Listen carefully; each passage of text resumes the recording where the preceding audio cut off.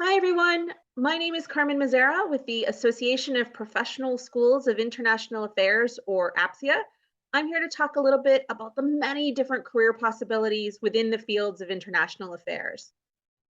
As many of you may know, international affairs is an interdisciplinary field. Much like the world weaves together economics and business and culture and politics and language and history and all of those elements, so does international affairs, and so do the career opportunities in international affairs.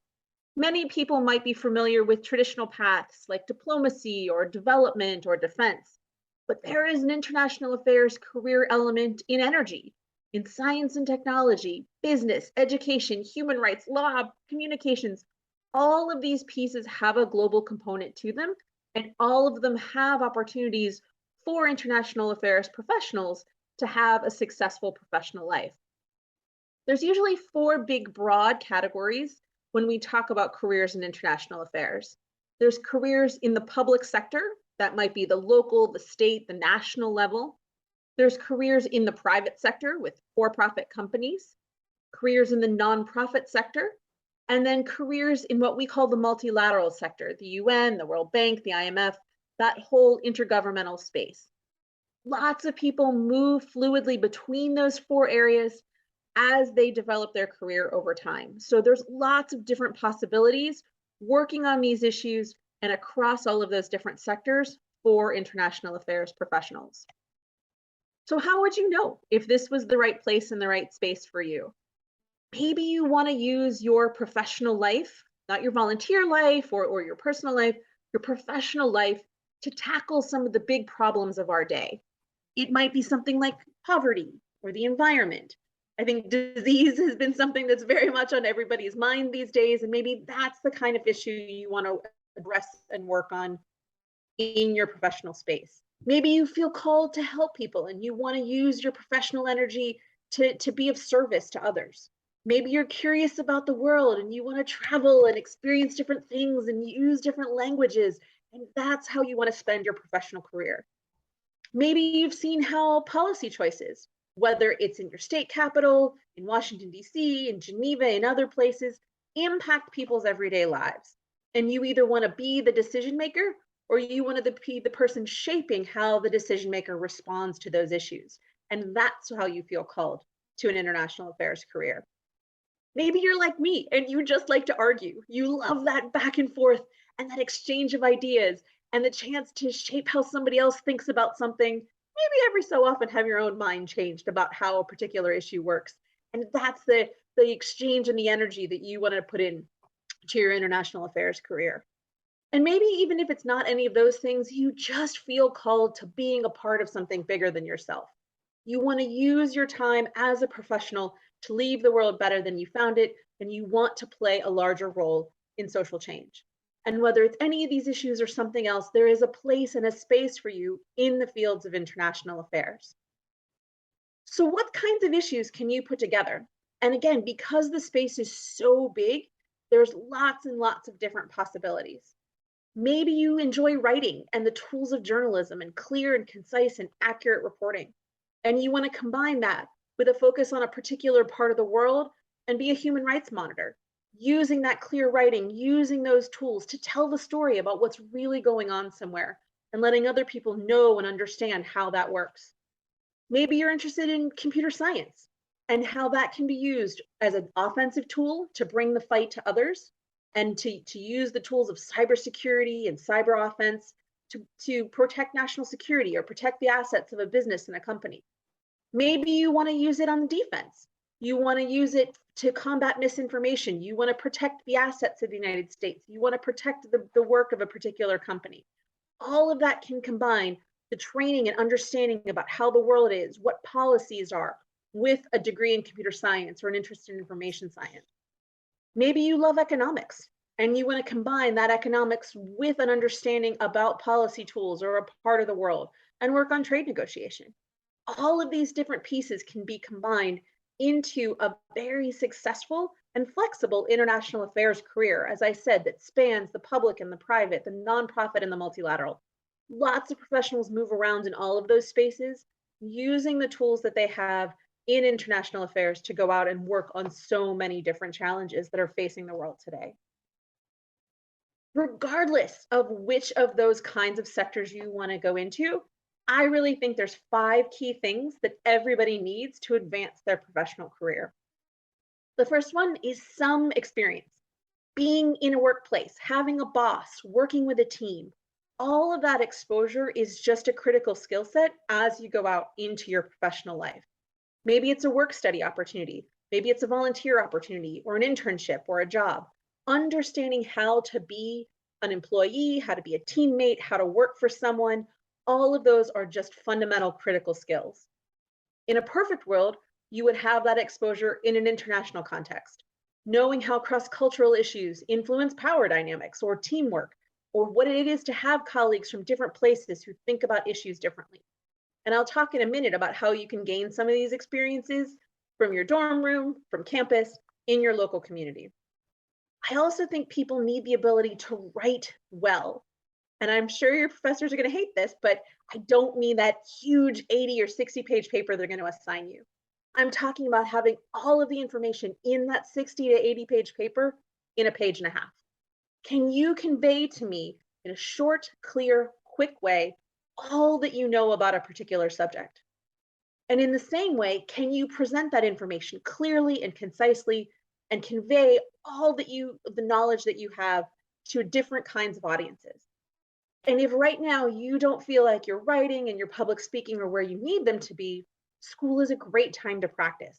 It's a safe space to sharpen those skills, to work on those muscles, to really make sure you have the writing and the speaking skills. Even if you hope you spend your whole life huddled over information and not interacting with others, at some point you have to share what you know. So really those writing and speaking skills are so fundamentally critical.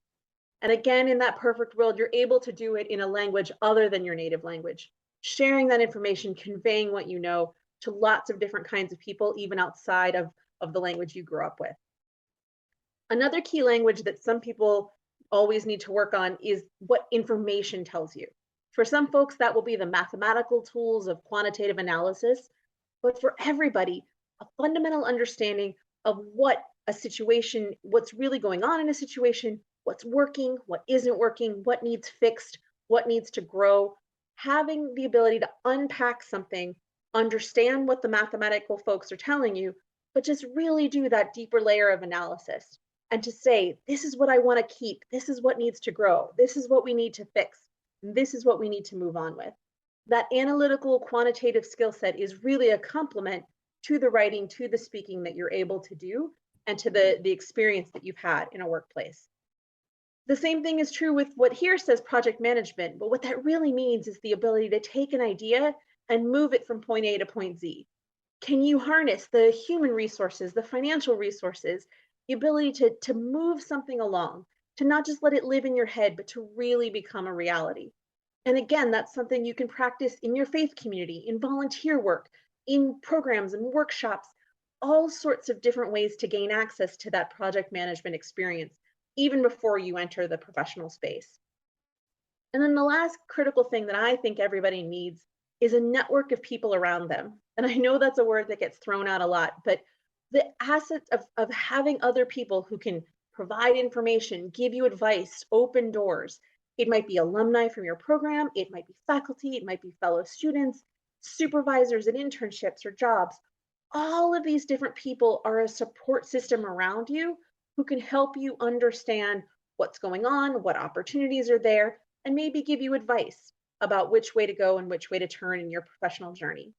So all of these five fundamental pieces can help you move forward regardless of what kind of professional career you hope to have. But I realize that we live in a really distinct moment in time, and some of these opportunities may not be as available as they once were.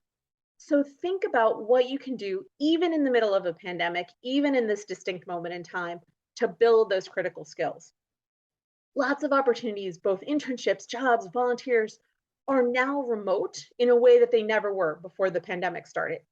So opportunities that would have previously been only for students in New York or Tokyo or Geneva or DC are now available to you in Georgia just as readily as they are to folks in those places.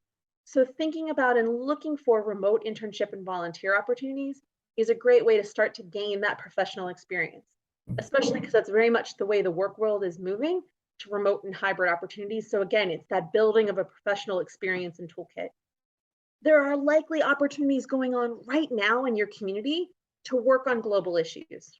It might be working with the local hospital if you have language skills, and they often need translators and interpreters.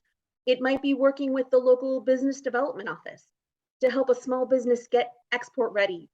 It might be on campus, working with international student services or international scholars to help welcome folks to your town, to your community, and dealing with that cross cultural context.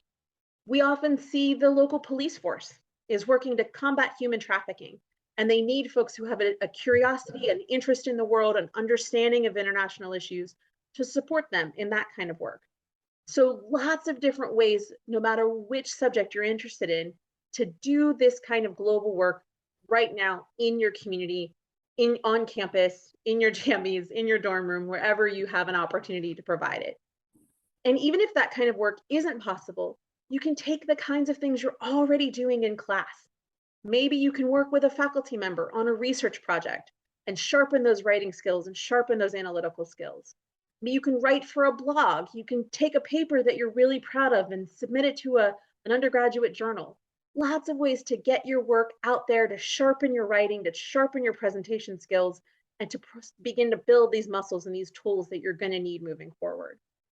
If free labor is not always a possibility, there are often what they call freelance projects, which are very short term specific work you can do to deliver on a project, to deliver on something for others.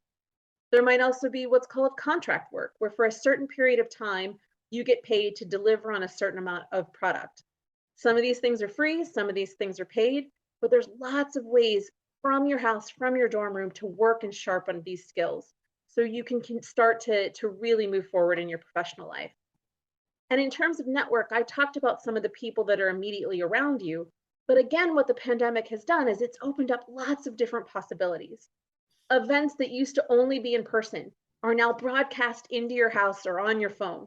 So you can see and hear how professionals are talking about an issue they care about. What terms do they use? Who are the players? And you can write to those speakers and say, oh, I saw you on this panel. I really liked your point about this.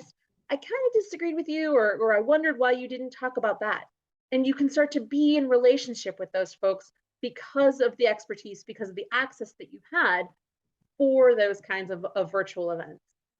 There's also lots of groups, whether they're big and broad organizations like Young Professionals in Foreign Policy, or more focused groups like Women of Color Advancing Peace and Security, that will let you build a community of folks around you who are equally interested in these kinds of global questions and broaden the sources of information that you have around you as a way to keep deepening and broadening your understanding. So with that, I want to give a few more tools that you can use outside of all of the great resources that you have on campus as a way to continue building your international affairs career possibilities and understanding. We have lots of events at appsia.org/events that will let you think about how careers in graduate school may be part of your journey. We have a filterable directory of fellowships and scholarships. So if you need ways to get that study abroad experience or language training or fund some research or pay for graduate school, lots of different possibilities there that you can use. All of our graduate school programs have profiles on our website, so you can learn a little bit more if you think graduate school is going to be a step on your journey.